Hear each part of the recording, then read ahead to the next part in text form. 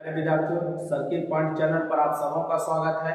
10 के डोज में मैं एम चक्रवर्ती आप सबों के सामने 10 विज्ञान के महत्वपूर्ण प्रश्नों को रिवीजन के लिए लेकर आया हूं। आप लोग देखेंगे जो प्रतिदिन हम लोग का कंटेंट चल रहा है, कभी साइंस से, कभी भी भूगोल से, इतिहास है ना, सभी या कभी कभी सभी सब्जेक्ट का मिला हुआ इस तरीके के टॉपिक से आप लोगों का रिवीजन चल रहा। तो आप लोग इसको 10 के डोज को प्रतिदिन ध्यान से एक बार रिवीजन आप जरूर करें। अगर आप 10 प्रश्नों का रिवीजन प्रतिदिन करते हैं तो आप सोच के देखिए, महीना में 30 दिन होते हैं एक महीने में, और 10 प्रश्न करेंगे 300 प्रश्नों का आप रिवीजन करते हैं। और 300 प्रश्न रिवीजन करते हैं, इसमें से अगर किसी भी परीक्षा में 10 प्रश्न भी आपका अगर एग्जाम से टैली कर जाता है तो वो आपके लिए महत्वपूर्ण रहेगा।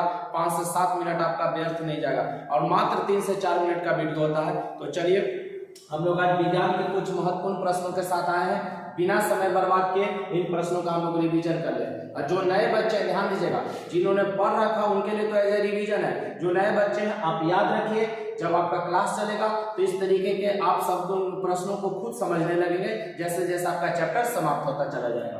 तो चलिए हम लोग देखते हैं, बादल वायुमंडल में तैरते हैं किस गुण के कारण। जो आप देखते होंगे कि बादल तैरते रहता है वायुमंडल में, किस गुण के कारण तैरता है? तो वो कम घनत्व होने के कारण तैरता है। ध्यान दीजिएगा, किसके कारण तैरेगा?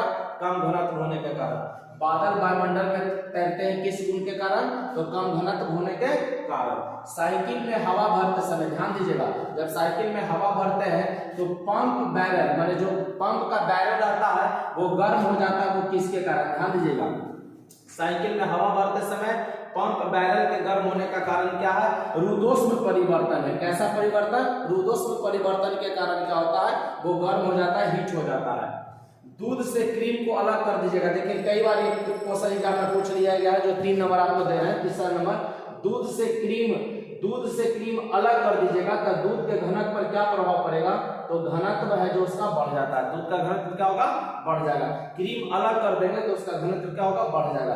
पृथ्वी के केंद्र पर स्मॉल जी का मान, ध्यान दीजिए, किसका जी का मान? स्मॉल जी का मान पूछा है, कितना होता है? 0 होता है। और कैपिटल जी का मान कहीं नहीं बदलता है। कैपिटल जी का मान पूरे अंतरिक्ष, पूरे ब्रह्मांड में बराबर होता है। लेकिन स्मॉल जी का मान पूछेगा 0 कहाँ होता है? तो पृथ्वी के केंद्र पर। और इसी स्मॉल जी का मान मैक्सिमम पूछेगा कहाँ होगा? तो ध्रुव पर पूछेगा। मैक्सिमम कहाँ होता है? ध्रुव पर, ठीक है। और न्यूनतम कहाँ होगा? तो विषुवत रेखा पर। न्यूनतम कहाँ होगा? विषुवत रेखा पर होगा।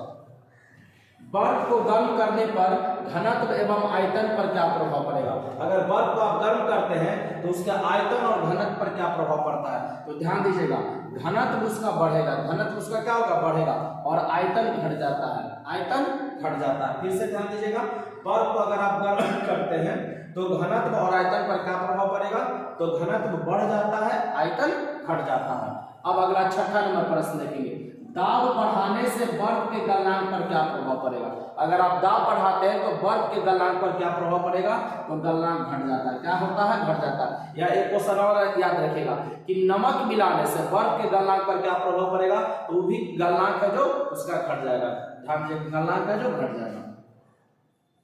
ऊंचाई बढ़ने से वायुमंडलीय दाब, ऊंचाई बढ़ने से वायुमंडलीय दाब पर क्या प्रभाव पड़ेगा? तो वो घट जाएगा। ऊंचाई बढ़ने से वायुमंडलीय दाब पर क्या प्रभाव पड़ेगा? तो वायुमंडलीय दाब घट जाएगा। चलिए फिर से एक बार रिवीजन कर लीजिए इसका। बादल वायुमंडल में तैरते हैं किस गुण के कारण? तो कम घनत्व के कारण। साइकिल में हवा भरते समय पंप बैरल के गर्म होने का कारण क्या है? रुद्धोष्म परिवर्तन है। दूध से क्रीम अलग करने से दूध का घनत्व पर क्या प्रभाव पड़ेगा? तो यह हो जाएगा, बढ़ जाता है। पृथ्वी के केंद्र पर जी का मान क्या हो जाएगा? तो 0 हो जाएगा। बर्फ को गर्म करने पर घनत्व और आयतन पर क्या प्रभाव पड़ेगा?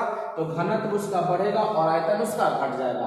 दाब बढ़ाने से बर्फ के गलनांक पर क्या प्रभाव पड़ेगा? तो गलनांक उसका घट जाता है। और अशुद्धि मिलाने से भी गलनांक घटता है, ये ध्यान रखेगा। ऊंचाई बढ़ने से वायुमंडलीय दाब पर क्या प्रभाव पड़ेगा? तो वो क्या होगा? घट जाएगा। वायुमंडलीय दाब घट, ऊंचाई बढ़ेगा तो वायुमंडलीय दाब पर क्या प्रभाव पड़ेगा? घट जाएगा। देखिए बच्चों, आप में से कई बच्चों का ये शिकायत रहता है, आप लोग कहते रहते हैं कि सर हम याद करते हैं तो भूल जाते हैं। तो ये स्वाभाविक घटना है, आप पढ़ेंगे तो भूलेंगे।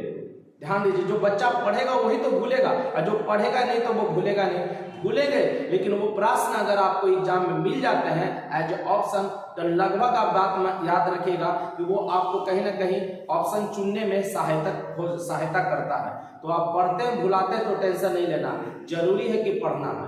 ठीक, तो हम लोग देखते हैं आगे कुछ और प्रश्नों को। चलिए प्यारे बच्चों, बढ़ते हैं 7वें प्रश्न की ओर। आज का जो 7वां प्रश्न दिया गया है, यदि किसी वस्तु का वेग दुगना कर दिया जाए तो संवेग और गतिज ऊर्जा पर क्या प्रभाव पड़ेगा। ध्यान दीजिएगा, अगर वेग को बोला है कि दुगना कर देंगे तो संवेग और गतिज ऊर्जा पर क्या प्रभाव पड़ेगा। तो याद रखेंगे, संवेग दुगना होगा, गतिज ऊर्जा 4 गुना हो जाएगा। संवेग दुगना, गतिज ऊर्जा 4 गुना। संवेग दुगना, गतिज ऊर्जा 4 गुना। झूला पर झूलते समय कोई व्यक्ति झूला पर खड़ा हो जाए तो उसका आवर्तकाल पर क्या प्रभाव पड़ेगा। जैसे आप झूला पर झूल रहे हैं और आप खड़ा हो जाते हैं तो उसके आवर्तकाल पर क्या प्रभाव पड़ेगा, तो आवर्तकाल घट जाएगा। झूला पर झूलते समय कोई व्यक्ति अगर खड़ा हो जाता है तो आवर्तकाल पूछेगा तो क्या प्रभाव पड़ेगा, घट जाएगा। यदि झूला पर एक व्यक्ति के स्थान पर 2 व्यक्ति बैठ जाए, यदि झूले पर एक व्यक्ति का स्थान पर 2 व्यक्ति बैठ जाए तो उसका आवर्तकाल क्या होगा, तो अपरिवर्तित रहेगा। मतलब एक व्यक्ति की जगह 2 व्यक्ति बैठ जाएगा तो आवर्तकाल पर कोई उसका प्रभाव पड़ने वाला नहीं है। लेकिन झूला पर झूलते समय कोई व्यक्ति खड़ा हो जाता है तो उसका आवर्तकाल क्या होगा, घट जाएगा। किसी वस्तु का वेग अगर दुगना कर देंगे तो संवेग और गतिज ऊर्जा क्या हो जाएगा, तो संवेग 2 गुना और गतिज ऊर्जा 4 गुना हो जाएगा। तो बच्चों, शानदार 10 प्रश्नों का आपने रिवीजन किया। 10-10 प्रश्न करके बूंद बूंद ही तालाब भरता है। तो आप 10-10 प्रश्नों का शानदार रिवीजन करते रहिए और अपने तैयारी को एक नया आयाम, एक नया तरीका दीजिए ताकि आप अपने परीक्षाओं में रिजल्ट कम से कम में निकाल सकें। तो आज के लिए यहीं तक, 10 के डोज में मिलते हैं कल के क्लास में। तब तक के लिए जय हिंद, जय भारत, वंदे मातरम।